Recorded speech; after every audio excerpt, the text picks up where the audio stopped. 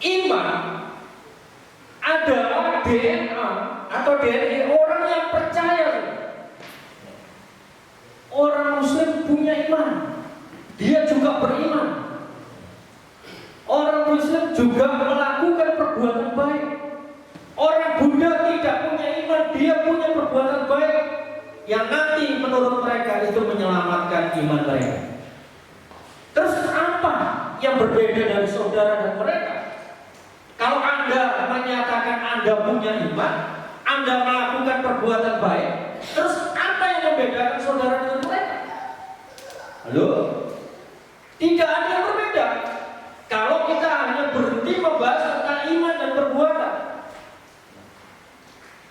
kalau kita hanya membahas dua tema besar ini, berhenti di sini, Anda tidak ada perbedaan dengan mereka. Tetapi di balik tema besar ini muncul satu sosok pribadi yang menggerakkan turbin ini sehingga dia bisa berjalan dengan sebenarnya. Dan iman itu ada di dalam DNA orang percaya. Kalau saudara bercerita tentang DNA itu ada di dalam molekul sel darah merah seseorang. Jadi saya dengan istri saya punya DNA yang berbeda. Tetapi anak saya pasti ada DNA saya atau DNA istri saya. Banyak kasus-kasus pembunuhan itu, banyak kasus-kasus pembunuhan ketika tidak diketahui identitasnya, dia diambil sel darahnya, terus kemudian dicek DNA-nya, terus diambil dari DNA dari saudaranya atau bapak ibunya, kira-kira ada kesamaan tidak? Karena di dalam DNA itu ada tertulis rumus-rumus yang menerjemahkan asal usul orang itu. Begitu juga dengan iman. Iman itu adalah DNA orang yang percaya. Kita baca bersama-sama. Kalau kita berbicara tentang firman, tidak ada landasan firmannya, itu kata Paulus seperti filsafat kosong. Jadi kita harus berbicara tentang firman.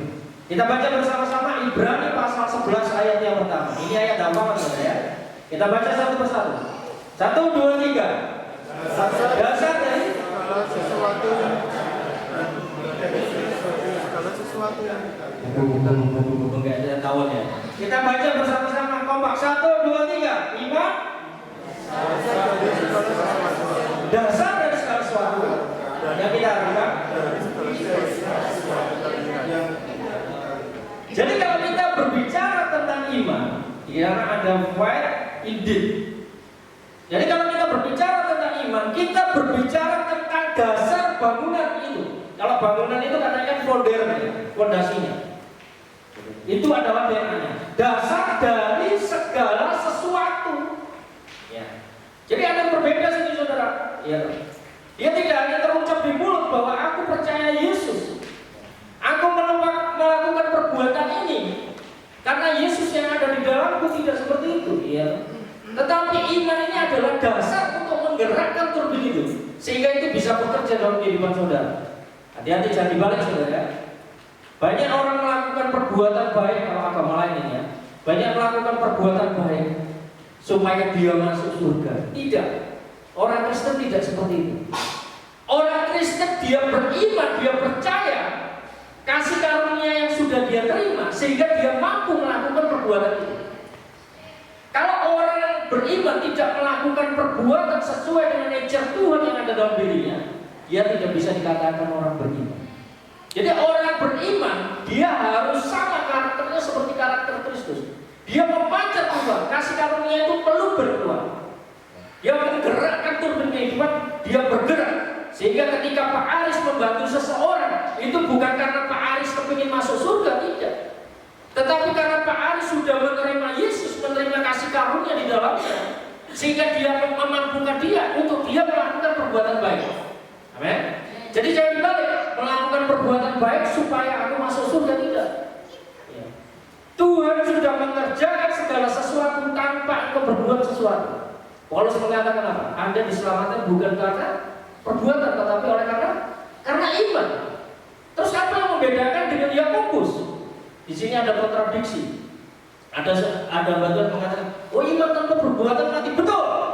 Terus yang satunya ngomong, oh apa namanya, kita diselamatkan bukan karena perbuatan, karena iman, betul. Sehingga kontradiksi ini dibawalah ketika pada saat jemaat perdana dibawalah ke konsili Yerusalem pertama, dibenturkan oleh orang-orang yang di luar kekristenan, ya orang-orang kaum Bulgaris, dibenturkan antara Paulus dan Yakobus di sana, dibenturkan di konsili Yerusalem pertama. Dan konflik ini muncul lagi di masa Renaissance, di masa abad pertengahan, muncul lagi di sana. Sehingga pada saat itu kemarin kan disebutkan tentang pertikaian dan sebagainya. Martin Luther hendak menghapus mencoret surat Yakobus ini. Tetapi ketika saya meneliti hal ini, saudara, semua dua-dua itu adalah sebuah kebenaran. Jadi kalau Yakobus berbicara kepada orang yang sudah mengenal Kristus, sedangkan Paulus berbicara kepada kaum Gentiles, kaum proselit, orang-orang yang di luar Kristus. Nah, saat ini saya berbicara kepada Anda yang sudah menerima Yesus.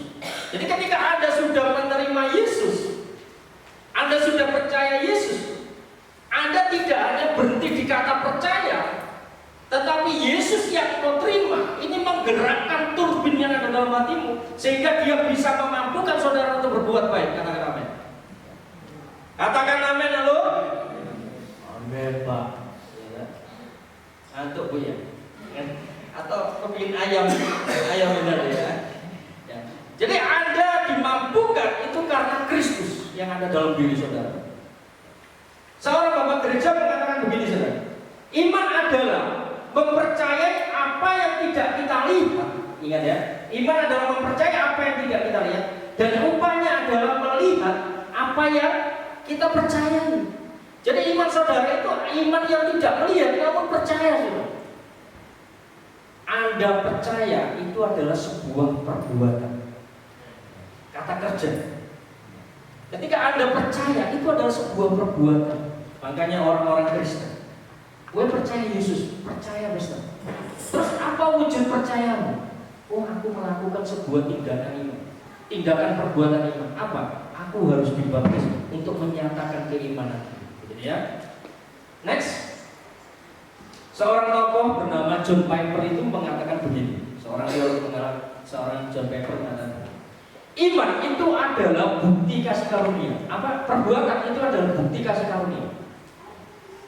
Jadi jangan dibalik ya. Jadi Anda sudah diselamatkan sebelum Anda melakukan sesuatu. Tetapi ketika Anda sudah diselamatkan, Anda wajib melakukan sesuatu sesuai dengan ajaran Kristus. Itulah katakan fight indeed. Jadi kalau iman itu tidak dikerjakan, itu bukanlah iman. Iman itu harus dikerjakan. Makanya kerjakanlah keselamatanmu dengan takut dan gentar. Jadi ketika engkau sudah menerima keselamatan, engkau harus mengerjakan keselamatan itu.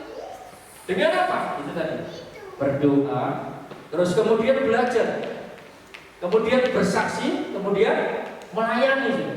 Jadi Anda tidak hanya berhenti diam di sini saja, ya hanya berdoa mendengar saja, tetapi Anda melakukan tindakan, yaitu melayani Tuhan. Next.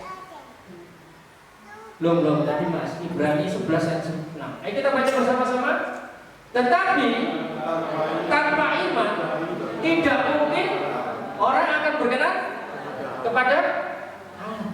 Jadi perbuatan kalau tanpa iman itu bukan dikatakan orang beriman juga. Banyak orang-orang itu melakukan perbuatan. Saya punya teman orang Buddhis. Dia suka nyumbang gereja. Jadi kalau kami Natal itu mesti telepon pastor, apa yang bisa saya bantu. Tapi dia katakan ada pesan terselubung di sini, saudara. Ketika dia membantu gereja kami, dia katakan, pastor, aku ojo mbok dadekno Kristen. Jadi dia bantu gereja, tapi dia ada selip kata-kata, pastor, aku ojo mbok dadekno Kristen. Tapi kowe percaya Yesus enggak? Percaya aku, pastor. Tapi ojo mbok dadekno Kristen, ojo mbok jana gereja. Kira-kira orang ini melakukan perbuatan baik atau tidak? Halo? Melakukan perbuatan baik atau tidak? Melakukan. Tetapi apakah dia sudah beriman? Belum. Jadi orang yang beriman pasti melakukan perbuatan baik. Tetapi orang yang melakukan perbuatan baik belum tentu dia beriman. Jadi jangan dibalik saja. Tetapi tanpa iman tidak mungkin orang berkenan kepada Tuhan. Jadi untuk bertemu dengan Tuhan, Anda membutuhkan sebuah turbin, sebuah DNA yang dalam diri saudara, yang perlu saudara bangkitkan, itu yang namanya iman. Kemarin Pak Wilowo bertanya gimana? Bapak percaya Yesus? Percaya. Loh, Bapak kan belum pernah lihat Yesus. Dan Pak Wilowo katakan gitu. Kok bisa percaya saudara? Iya. Terus kemudian apa bedanya dengan peristiwa anak-anak Skewat? Dia mendengar cerita tentang Yesus. Dia berdoa di dalam nama Yesus, tetapi tidak waras-waras. Apa yang membedakan? Dia berdoa, Pak, sembuh di dalam nama Yesus yang katanya Pak Iswanto. Sembuh di dalam nama Yesus yang katanya Pak Aris. Jadi iman katanya. Dia tidak mengerjakan iman itu, tapi dia imannya itu nurut. Jadi kalau saya lihat sini Opa sering cerita sharing dengan saya. Begitu dahsyat tadi Pak Aris juga sharing dengan saya. Bagaimana saya pekerjaan BKS ini luar biasa. Nah, saudara yang di dalam BKS ini jangan nurut, saudara. Ya. Anda harus mengerjakan sesuatu yang sudah Anda terima. Anda harus yakin bahwa DNA Kristus ada dalam diri saudara. Iman terhadap Kristus ini, DNA ini harus digerakkan, saudara. Ya. Segala organ tubuh manusia itu digerakkan oleh darah yang memompa oksigen di dalam otak. Begitu. Jadi turbin itu harus saudara gerakkan. Kalau Anda tidak menggerakkan turbin itu, Anda menjadi orang ngomong apa? Duduk diam, hanya diam, tunggu gitu. Tapi Anda mulai ambil bagian. Iman itu bekerja dalam setiap orang. Tidak ada bedanya. Oh, saya dan Pak Isya pengkhotbah begini berbeda dengan Pak Aris misalnya. Oh, berbeda dengan Bapak. Tidak. Semua memiliki iman yang sama. Kalau Pak Is dan saya mampu untuk menceritakan kepada orang tentang siapa Yesus, Anda pasti yakin dan mampu. Anda bisa untuk menceritakan kepada orang lain juga tentang Yesus. Kalau kita bergerak bersama, iman yang ada dalam diri saudara itu Anda gerakkan menjadi sebuah perbuatan baik. Di dalam nama Yesus, gereja ini akan penuh dalam hal ini. Jadi kita harus bergerak bersama-sama. Kemudian ia harus percaya bahwa Elohim itu ada. Jadi Anda harus percaya, iluransi. Dia harus percaya. Jangan sampai tadi katakan, oh ada orang kesurupan misalnya ya. Ada orang kesurupan. Saya di rumah hanya ada Bu Es misalnya. Ya, ada Bu Es Bang. Si aku tak nenteni Pak Gembala di sini. Ya, imani nurut. Kalau Pak Gembala nggak datang, wah Pak Is ini ada di Jogja misalnya. Wah ini orang kesurupan piye caranya? Wih, berdoa di dalam nama Tuhan Yesus yang katanya Pak Is, ya, tidak akan sembuh, saudara. Karena Anda punya iman. Masing-masing orang itu punya iman. Lah iman itu harus saudara demonstrasikan. Bukan hanya sekedar kata-kata bebasan kosong. Wah ini beriman. Tapi apa bukti dari iman itu? Nanti. Anda harus buktikan iman itu. Terus dan bahwa Elohim memberi upah kepada orang yang sungguh-sungguh mencari Dia. Jadi ketika saudara sungguh-sungguh itu ada upahnya. Banyak orang mengatakan begini, saudara. Saya menemui beberapa teman-teman pendeta. Kalau kita sudah kumpul satu penggembalaan ini, ada yang Rasulullah. Tahu Rasulullah ya? Bahasa Ibrani yang Rasulullah tahu ya? Mengeluh begini. Oh penggembalaannya begini, kendalanya begini.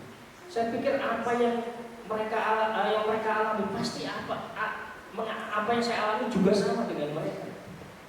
Terus terletak di mana iman mereka? Ketika saudara bercerita, Pak, aku punya masalah, aku punya pergumulan dan sebagainya. Ya, Anda berkeluh kesah kepada Pak Is. Anda pikir Pak Is tidak punya pergumulan? Pak Is punya pergumulan yang sama. Tetapi bagaimana kedua orang yang bergumul ini menyatukan iman? Sehingga terjadi sebuah lompatan, sebuah ledakan yang dasar. Sehingga apa yang didemonstrasikan itu terjadi. Makanya ada iman, ada amin. Ya, jadi ketika Anda memulai dengan iman, Anda harus mengakhirinya dengan amin. Kalau Anda berawal dari iman, Anda tidak mengakhiri dengan amin, sia-sia saja. Jadi Anda mengawali dengan iman, ya harus Anda mengakhirinya dengan amin. Next. Di dalam perjanjian lama, ini ada ahli perjanjian Al-Ibrani. Diambil dari bahasa Ibrani yang kemudian diterjemahkan dalam bahasa Indonesia itu kesetiaan. Dalam perjanjian baru diambil dari bahasa, Anda baca sendiri. Jadi iman dan amin itu merupakan satu kata dasar sebenarnya. Dia sama. Jadi kalau Anda mengawalinya dengan iman, Anda harus mengakhirinya dengan kata amin. Next. Terus iman adalah karunia Elohim yang dikerjakan di dalam hati oleh Roh Kudus. Tadi saya mendengar cerita Pak Es cerita ya. Ada cerita seorang hamba Tuhan dikit-dikit berbicara, oh karena Roh Kudus, oh karena Roh Kudus. Seperti yang Pak Milo menceritakan kemarin, oh karena Roh Kudus. Nah ketika orang mendengar, oh, aku mendengar suara Tuhan ini, terus aku atas kata Roh Kudus, seolah-olah dia itu rohani gitu. Tetapi begitu dia mengalami sebuah problema, dia mengalami sebuah permasalahan, dibenturkan oleh permasalahan, dia mulai cari jalan keluar dengan logika berpikir. Ini yang dikatakan bukan iman. Jadi iman itu dasar dari segala sesuatu yang tidak kita lihat. Jadi ketika Anda beriman, Anda belum melihat jalannya. Ketika Anda menyatakan aku beriman Tuhan, Anda belum melihat jalannya. Kalau Anda sudah melihat jalannya, itu dikatakan bukan beriman. Nah ketika Anda sudah melihat jalannya, oh di sana ada jalan. Iman walaupun kau tidak melihat, oh Tuhan turun ke sana. Berarti Anda melakukan sesuatu, baru Anda sampai di sana. Tapi kalau Anda tidak melakukan sesuatu, Anda mengaku beriman, hanya angan-angan tok sampai ke sana. Maka dikatakan sini fight indeed. Jadi iman yang dikerjakan itu adalah iman yang sesungguhnya. Jadi iman itu harus terwujud. Sebab hidup kami ini hidup karena percaya, bukan karena melihat. Suatu ketika saudara, saya sedikit bercerita tentang kami, penggembalaan kami. Saya ditugaskan menggembalakan Betani di sebuah kota kecil yang namanya Pindra. Tadi saya cerita banyak ke Pak, yang namanya Pindra. Ketika saya diutus ke gereja itu, bayangan saya saudara, gereja itu sudah besar, sudah ada jemaat, ya. Terus tinggal kita menggembalakan begitu saja. Saya diutus ke Parepare dengan Pindra, memegang Betani. Saya berangkat ke Parepare sih. Ternyata di Parepare, jangankan gereja, jemaat aja enak ya. Terus kemudian saya ditransfer ke kota Pindra. Jadi sambil buka Parepare, saya memegang Betani Pindra, menggembalakan di sana. Nah, ketika itu kita sudah beli gereja, beli tempat. Nah, ketika saya beli tempat, terus kemudian, ya minta maaf saja, ada orang seberang memprovokasi massa, sehingga saya digeret ke kantor kelurahan. Kalau saudara seperti saya, habisnya saya dikepung 400 orang. Wabah, bunuh, gitu. Ya kan? Lari-lari, palang-palang, macam-macam. Ya kan? Saya mau dibunuh, dituduh kristenisasi dan sebagainya. Di sana iman saya bekerja. Ketika saya turun, saya katakan Tuhan, selesai saya. Keluar mati. Oh, begini semua deh. Bunuh begitu. Begitu saya turun, saya katakan Tuhan, tidak ada seujung rambut pun jatuh tanpa seizin. Saya ketuk 3 kali masuk ke pintu kelurahan. Sampai di kelurahan saya diadili, dituduh kristenisasi macam-macam. Saya katakan Tuhan, aku selesai. Aku selesai. Secara logika saya nggak bisa keluar dari tempat ini hidup. Tidak bisa. Karena semuanya kata bunuh.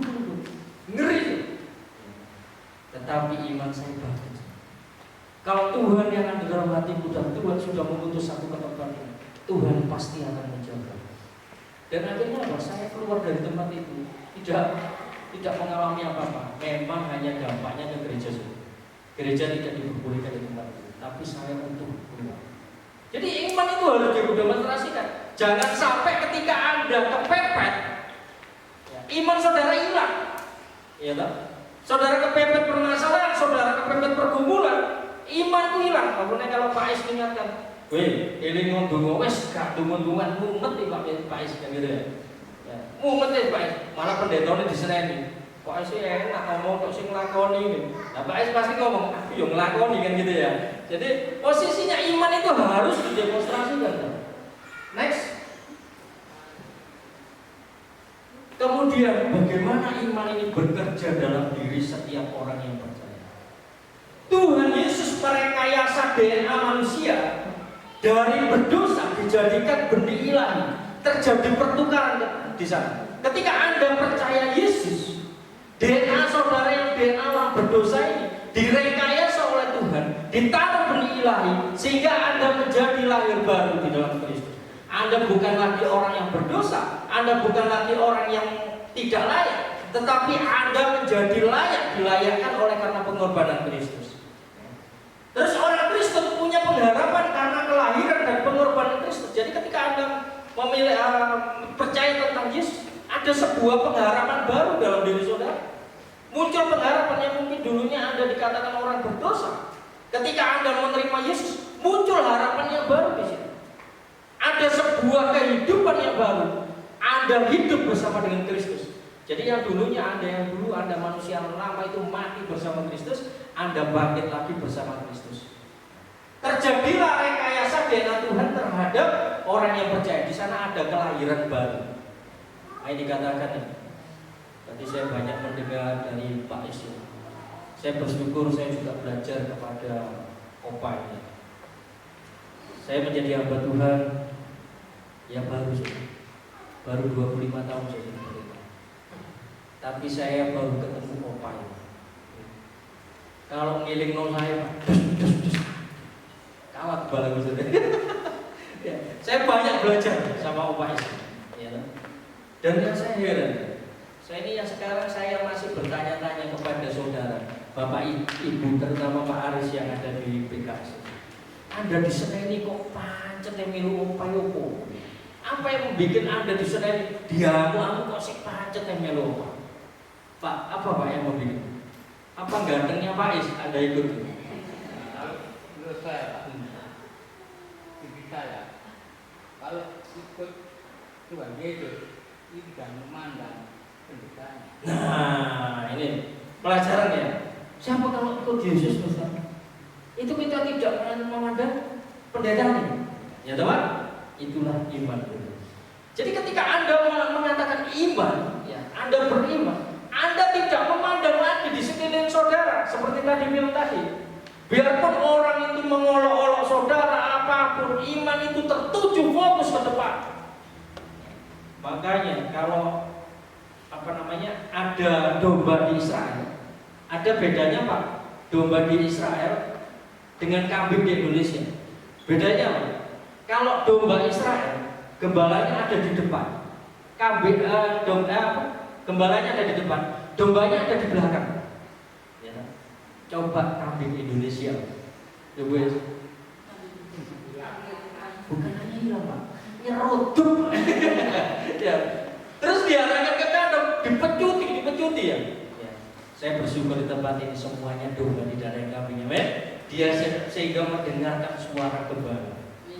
Jadi ketika iman itu diimpartasikan, Pak Is yang beriman ini mengimpartasikan kepada saudara, maka ini berdoa, belajar, bersaksi dan melayani terrealisasi dalam perbuatan saudara sehari-hari. Jangan saudara menyatakan beriman, oh aku beriman. Ada satu ketika saudara, saya menggembalakan di salah satu tempat di Malang. Saudara. Tempat itu tempat pembuangan akhir. Kalau di Malang itu ada dua daerah hitam. Yang namanya daerah Korea itu mayoritas Muslim, yang daerah Sumut ini mayoritas Kristen. Tapi kalau ada pencurian, maling ayam itu semuanya nyari di situ, saudara. Ya, saya pernah menggembalakan di situ. Ya. Selesai ibadah, wah haleluya, puji Tuhan, semuanya gitu ya, haleluya. Mulai, haleluya, mabuk lagi, Mister, kan gitu ya. Ya, mabuk lagi, Mister ya. Wah ini susah. Menobatkan orang seperti ini susah. Jadi iman itu hanya sekedar menyatakan, aku beriman. Tetapi tidak ada perbuatan yang mengiringi iman itu. Jadi iman harus disertai dengan perbuatan baik. Sehingga orang melihat saudara, saya melihat Pak, oh saya melihat Kristus yang terkadang. Saya melihat Pak Aris, oh saya lihat Pak Aris oh senyap, kayak kalau susah di suami istri. Saya melihat Yesus di dalamnya. Saya melihat Pak Aris, saya ketemu suami istri selalu ketawa. Saya melihat Yesus ada dalam Pak Aris. Jadi iman itu harus terpancar keluar. Kasih karunia itu bukan Anda baik sendiri, tapi harus terpancar keluar lewat perbuatan baik saudara. Benih ilahi ini merupakan perkawinan dari percaya dan kasih Tuhan di dalam hati yang dikerjakan oleh Roh Kudus.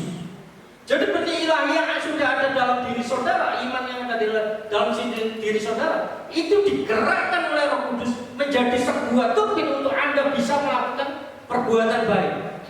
Jadi semua bukan karena kuat dan gagah saudara, tetapi ketika Anda melakukan sesuatu perbuatan baik, itu karena Yesus, karena Roh Kudus yang ada dalam diri saudara yang menggerakkan itu sehingga memampukan Anda berbuat baik. Next. Kita baca bersama-sama biar ngantuk ya. 1 Yohanes 3 ayat 9. 1, 2, 3. Setia tidak sebab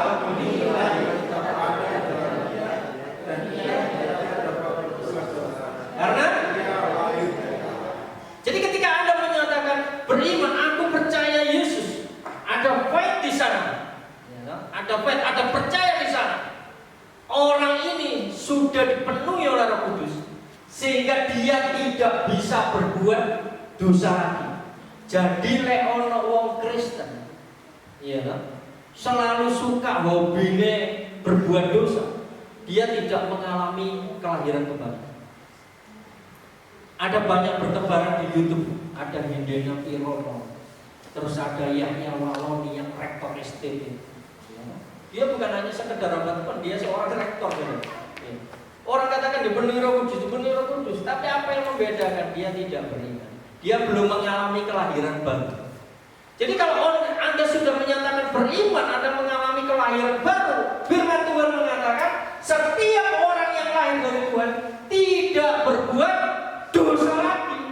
Begitu. Jadi ketika Anda jatuh ke dalam dosa, Anda tersadar. Paulus katakan aku jatuh di luar kasih karunia Tuhan. Dia harus kembali ke relnya. Dia harus kembali ke relnya kasih karunia. Jadi ketika saudara jatuh ke dalam dosa, Pak Is mengingatkan, Yojo Mantel, Anda diingatkan kembali bahwa ada Kristus yang ada dalam diri saudara. Anda bersyukur Anda punya gembala yang suka mengingatkan saudara, mendampingi, mementoring saudara. Tidak banyak saudara gereja-gereja itu yang gembalanya mampu mementoring satu persatu. Saya lihat ini Pak Is ini hafal jemaat satu persatu. Sing kelakuannya kayak gini, Pak Jebu, dan kelakuannya kayak gini, apa satu persatu?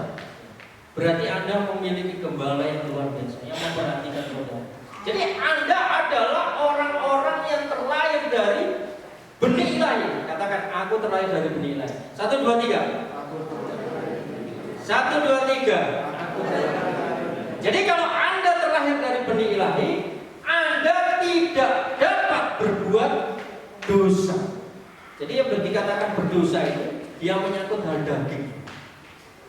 Dia mengalami kesakitan, dia mengalami pergumulan, dia mengalami kesusahan dan sebagainya. Jadi kalau saudara mengalami kesusahan, sakit penyakit dan sebagainya, mulai duduk diam, merenungkan, apakah aku sudah di jalan yang benar? Mungkin aku melenceng dari Tuhan. Diingatkan. Kadang-kadang itu peristiwa itu menegur kita untuk kita kembali ke relnya Tuhan. Terus sebab benih ilahi tidak ada di dalam dia dan ia tidak dapat berbuat dosa karena ia terlahir dari Tuhan. Next. 1 Korintus pasal 12 ayat 3b. Kita baca bersama-sama. Tidak ada seorang pun yang dapat Yesus adalah Tuhan dan Juru. Jadi ketika Anda menyatakan aku percaya Yesus, lidah dan bibir saudara mengakui Yesus adalah Tuhan. Yang memampukan itu adalah Roh Kudus yang dalam kehidupan saudara. Itu adalah bentuk sebuah perbuatan. Jadi ketika Anda percaya itu adalah perbuatan. Ketika Anda menyatakan bersaksi, karena bersaksi, itu adalah perbuatan.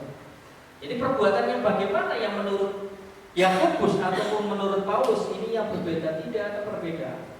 Ya, tidak ada perbedaan di sana.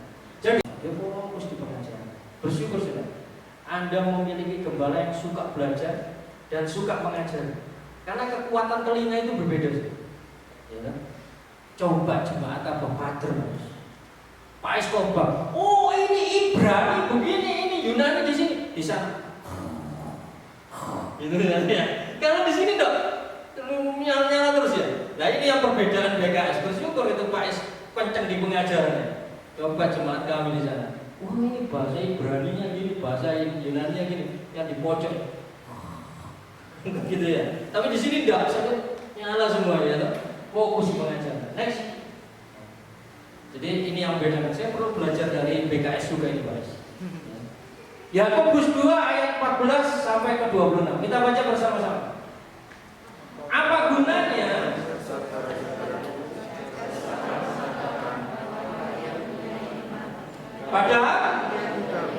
Padahal dia tidak punya perbuatan. Jadi apa gunanya Anda menyatakan, oh aku beriman Tuhan. Tapi Anda tidak disertai dengan perbuatan yang mengikuti iman itu. Itulah yang dinamakan filsafat kosong. Omong tok, ya. NATO, ya. Apa? Not action, talk only. Jadi omong tok, omong doang. Ya. Jadi apakah gunanya saudara-saudaraku jika seorang mengatakan bahwa ia mempunyai iman padahal ia tidak mempunyai perbuatan? Terus kata-kata berikutnya apa? Dapatkah yang keras dong? Dapatkah iman itu menyelamatkan dia? Makanya kerjakanlah keselamatanmu dengan takut dan gentar. Lek wayahe ibadah ora usah dioprai.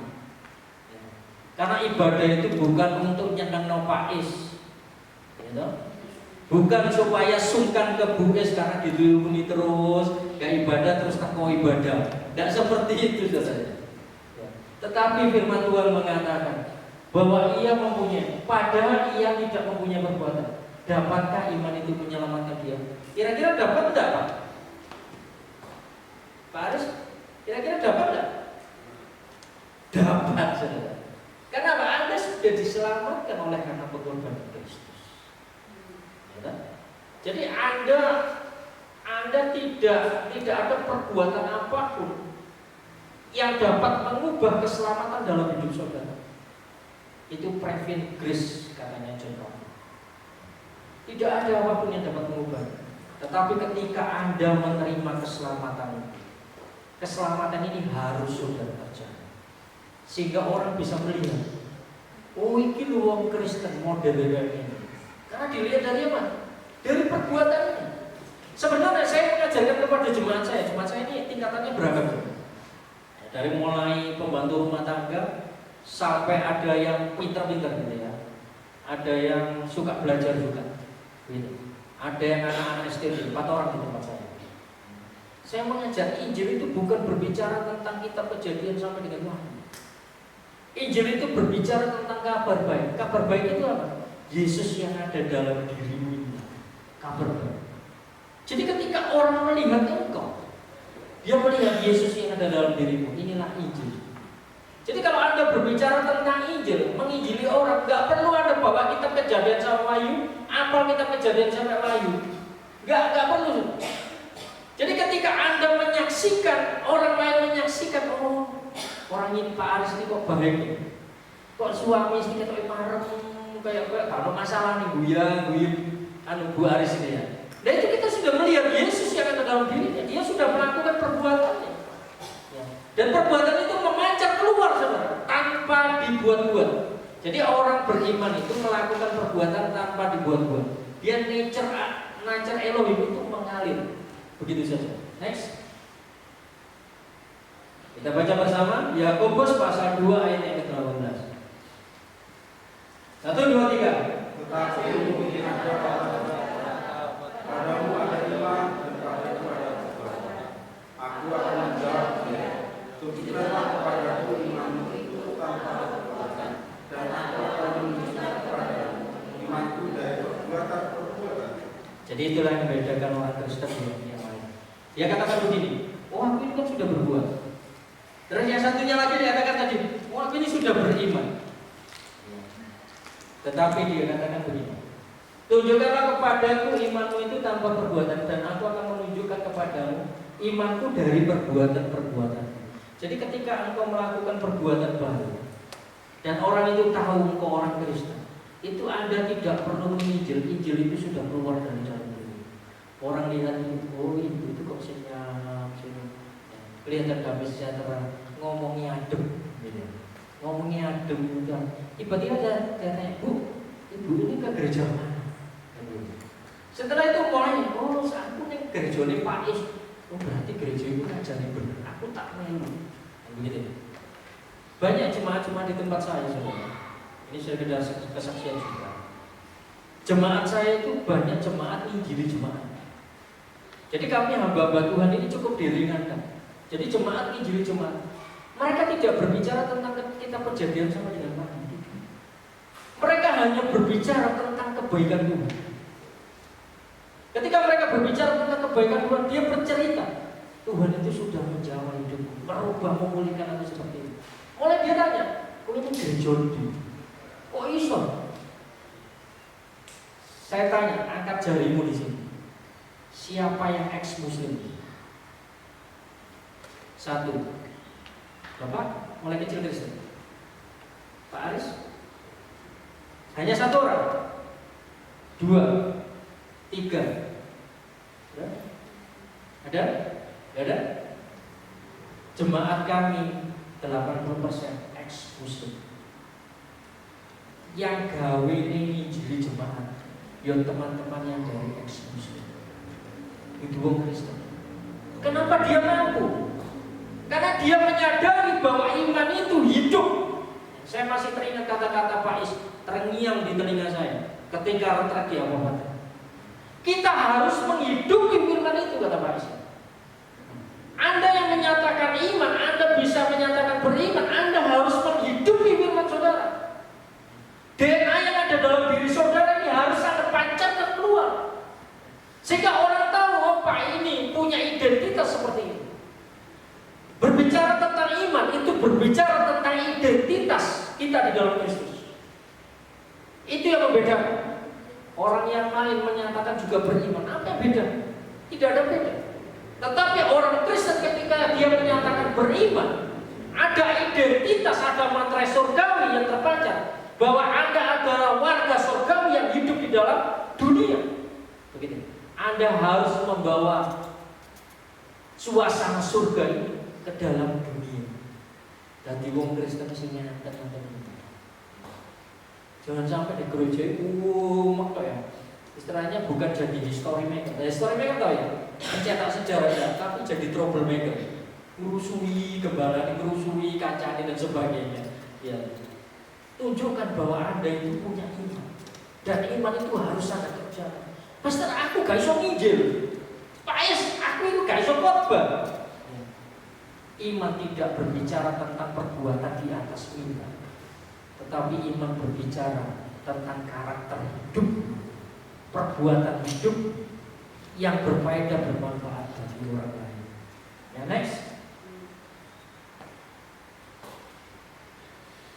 Perjanjian baru mencatat ada 4. Ada 4. Iman berarti percaya dengan sungguh-sungguh kepada Kristus yang tersalib dan bangkit sebagai Tuhan dan Juru Selamat pribadi kita. Perjanjian baru menyatakan ada 5 indeed di sana. Ada 4 5 indeed. Yang pertama, iman berarti percaya. Ini ada sebuah perbuatan di sini. Ada kata kerja, percaya. Iman berarti percaya dengan sungguh-sungguh kepada Kristus yang tersalib dan bangkit sebagai Tuhan dan Juru Selamat pribadi kita. Jadi jangan seperti orang buta, teman. Bintang kecil katanya, di langit yang biru katanya. Tidak, tapi Anda harus melihat sendiri pengorbanan Kristus. Dan Anda bukan hanya melihat, Anda harus mendemonstrasikan dan mengalami tentang Tuhan. Ini yang penting.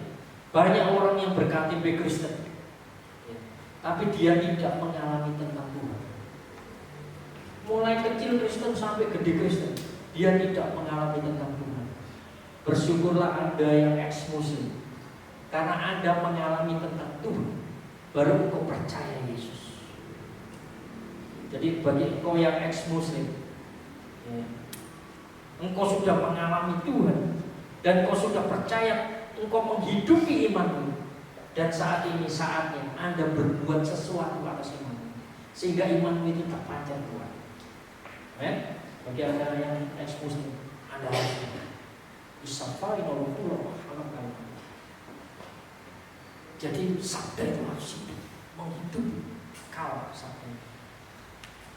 Roma 1 ayat 17. Sebab di dalamnya nyata kebenaran Elohim yang bertolak dari iman dan memimpin kepada iman. Seperti ada tertulis, orang benar akan hidup oleh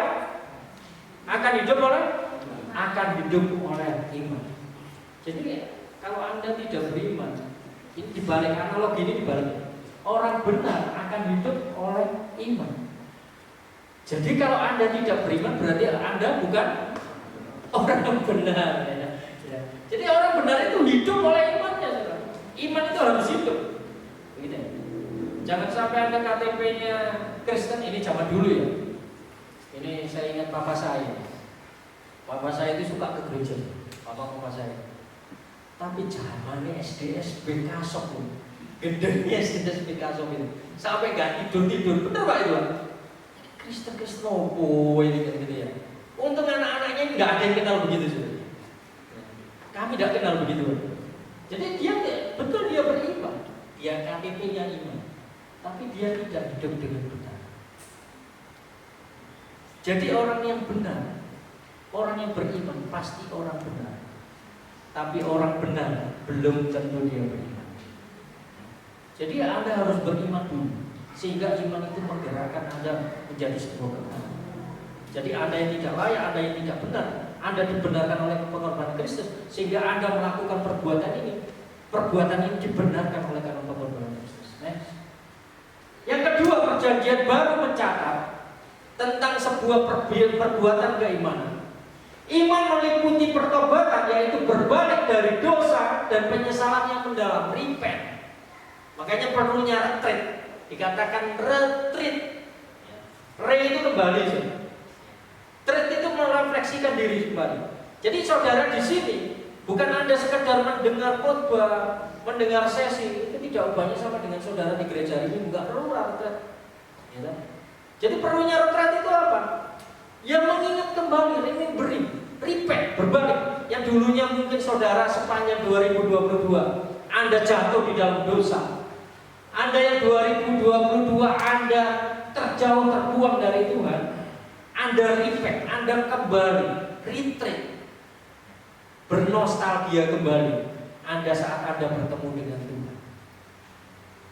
Tuhan kita itu Tuhan yang iman, bukan Tuhan yang transenden. Kalau orang lain berkata Tuhan, dia teriak Tuhan itu jauh. Aku jauh, engkau jauh, aku dekat, engkau melayu, gitu ya. Ya. Tapi Tuhan kita enggak. Tuhan kita adalah Tuhan yang imannya. Tuhan yang sejauh doa. Nah saat ini retreat ini Anda diajak bukan hanya berdoa, belajar, menggali kembali, retreat kembali, repent. Jadi Anda yang masih hidup bergelimang dengan dosa, berbalik, repent. Ini saatnya retreat kurang 1 hari. Anda repent, berbalik kembali. Terus sebab duka cita menurut kehendak Elohim menghasilkan pertobatan yang membawa keselamatan dan tidak akan disesalkan. Tetapi duka cita yang dari dunia ini menghasilkan kematian. Next. Terus perjanjian baru mencatat perbuatan yang menyertai iman. Iman itu termasuk ketaatan kepada Yesus Kristus dan firman-Nya sebagai suatu cara hidup yang diilhamkan oleh iman kita, oleh rasa syukur kita kepada Tuhan, dan oleh karya Roh Kudus yang membaharui. Jadi di dalam doa itu ada ucapan syukur. Jadi di sini diajarkan berdoa. Jadi ketika Anda berdoa, ada prinsip ucapan syukur di sana. Anda mengucap syukur akan kasih karunia Tuhan yang sudah bekerja dalam diri saudara. Jadi jangan ada orang Kristen ketika Anda berdoa A sampai Z proposal Anda dinaikkan. Tuhan aku pingin ini, Tuhan aku pingin ini, Tuhan aku pingin ini. Ya toh? Proposalnya dinaikkan. Ketika Ketika saudara menaikkan proposal, kapan Tuhan berbicara kepada saudara? Ada saatnya Anda duduk diam seperti Maria, mendengarkan suara Tuhan. Suara Tuhan bisa lewat mana? Bisa lewat firman, bisa lewat hamba-hamba Tuhan yang mengingatkan saudara. Suara Tuhan lewat mana? Tapi jangan seperti yang katanya Pak Istad ya. Dikit-dikit, wah aku mendengar suara Tuhan, aku mendengar Roh Kudus berbicara. Nanti sesat. Tapi duduk diam dan benar-benar. Roh Kudus yang dalam hatimu itu berbicara. Ketika kau melakukan kesalahan, oh iya, ini salah, tidak sesuai dengan firman Tuhan. Roh itu berbicara. Itu yang dimaksud. Ya. Bukan bercerita Pak Aris, Roh Kudus itu berbicara. Pak Aris, kongkong kakek aku duit 1.000. Dan seperti itu ya. Tapi betul-betul Roh itu berbicara secara pribadi lepas pribadi. Nanti menjelang 15 menit saya akan mengajak saudara. Saudara kemarin sudah mendengar tentang tokoh, saudara sudah mendengar tentang cara kerja iman. Dan 15 menit ke depan saya akan mengajak Anda mendemonstrasikan iman saudara. Iman itu harus dikerjakan. Next, yang keempat, perjanjian baru mencatat. Barang siapa kepada anak ia beroleh hidup yang kekal, tetapi barang siapa tidak taat kepada anak, ia tidak akan melihat hidup melainkan murka Elohim tetap ada di atasnya. Jadi ketika Anda mengalami sebuah pergumulan, mengalami sebuah permasalahan, direfleksikan kembali itu. Apakah sudah benar ya hidupku ini di jalan itu? Mulai direfleksikan kembali.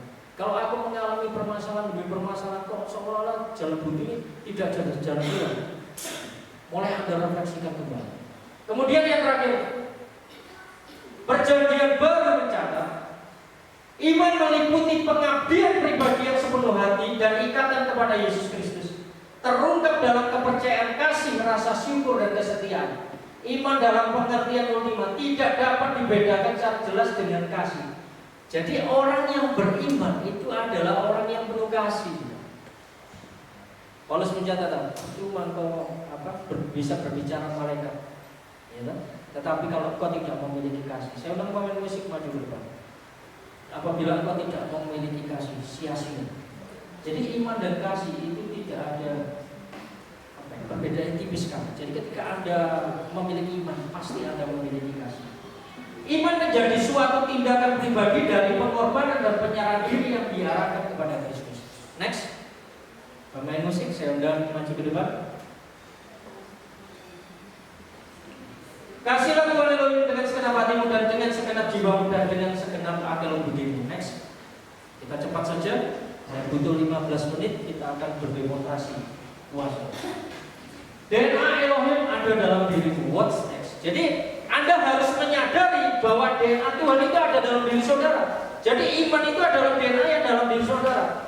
Nah sekarang apa yang harus saudara kerjakan? Lalu retret ini membimbing saudara semua. Setelah Anda menyatakan aku sudah beriman, terus what's next? Apa yang Anda harus kerjakan? Next. Iman adalah bukti kasih karunia.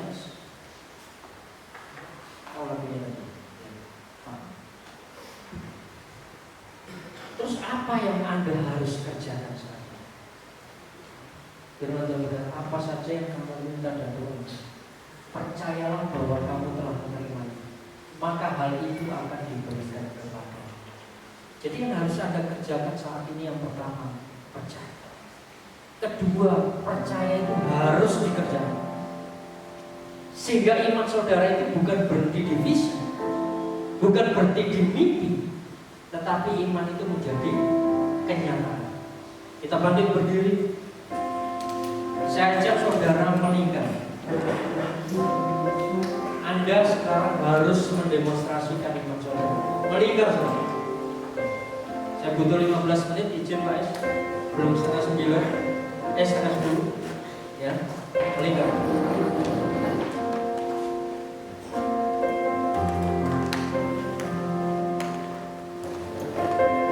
Berpegangan tangan satu sama lain.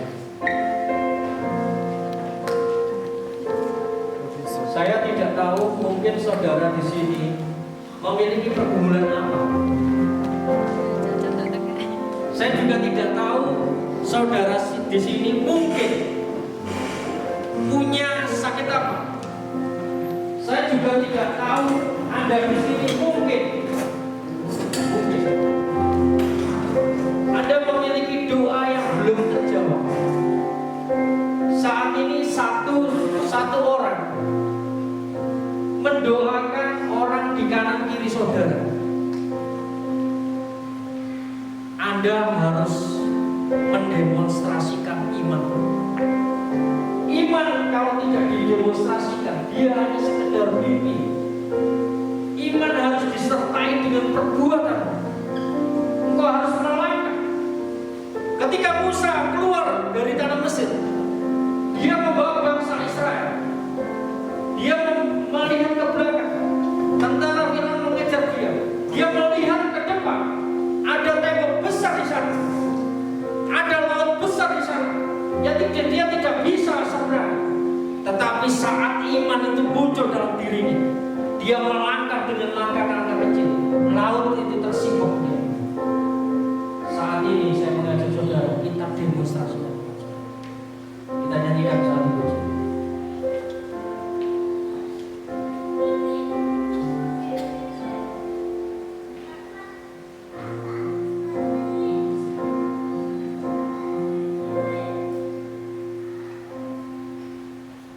Yesus, ku sembah sujud di DNA